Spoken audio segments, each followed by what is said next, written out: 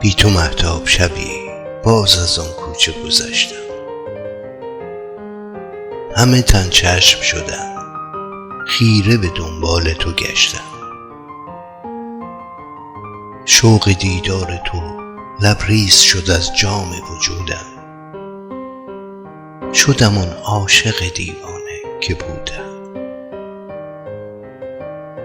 در نهان خانه جانم گل یاد تو درخشید. باغ 100 خاطره خندید، عطر 100 خاطره پیچید.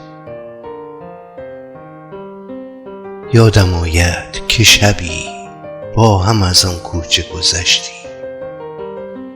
پر گشودیم و در آن خلوت دلخواسته گشتیم. ساعتی بر لب آن جوی نشستیم. تو همه راز جهان ریخته در چشم سیاهت، من همه محو تماشای نگاهت. آسمان صاف و شب آرام، بخت خندان و زمان را. خوشه ماه فرو ریخته در آب، شاخه ها دست برآورده به مهتاب. شب و صحرا و گل و سنگ همه دل داده به آواز شباهنگ. یادم آید تو به من گفتی از این عشق حذر کن. لحظه‌ای چند بر این آب نظر کن. آب آینه عشق گذران است. تو که امروز نگاهت به نگاهی نگران است، باش فردا که دلت با دگران است. تا فراموش کنی چندی از این شهر سفر کن. با تو گفتم حذر از عشق ندانم. سفر از پیش تو هرگز نتوانم.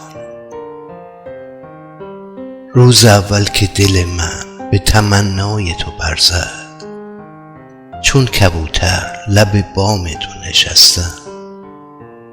تو به من سنگ زدی، من نه رمیدم نه گسستم. باز گفتم که تو صیادی و من آهوی دشتم. تا به دام تو در افتم، همه جا گشتم و گشتم. حذر از عشق ندانم. سفر از پیش تو هرگز نتوانم. اشکی از شاخه فرو ریخت، اشکی از شاخه فرو ریخت. مرغ شب ناله تلخی زد و بگریخت. اشک در چشم تو لرزید، ماه بر عشق تو خندید. یادم آید که دگر از تو جوابی نشنیدم.